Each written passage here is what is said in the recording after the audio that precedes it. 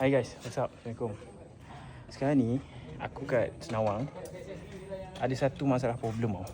Cerita dia, ni aku nak buat landscape lah. Ni ada, dia nak letak concrete slab 2x2. Ni ada sikit. Lepas tu sini nak letak batu kasaran.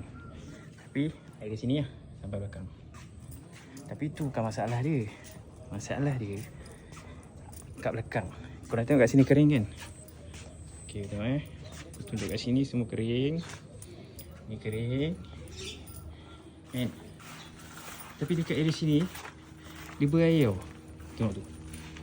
Ni berair tau, basah. Ni basah. Yang teruk dia kat sini. Tengok sampai merah-merah dah. Ini belecak ni. Belecak je. Nampak? Lembik je tanah. Dia sentiasa keluar air.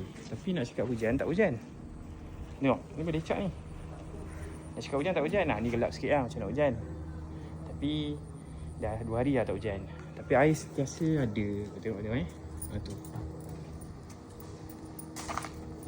Ni sentiasa dia ada air keluar. Keluar macam ni lah. Warna merah-merah. Dulu aku pergi sekolah agak. Cikgu aku tak ada pula cakap pasal benda ni. So kalau korang tahu sebab apa, korang beritahu aku. Aku boleh lah bagi tahu owner. Maybe sebab air mata air kot. Aku tak tahulah sebab apa. Ni tu sampai sana kan. So kalau korang tahu, korang beritahu aku. Nanti aku beritahu owner. Okay, bye.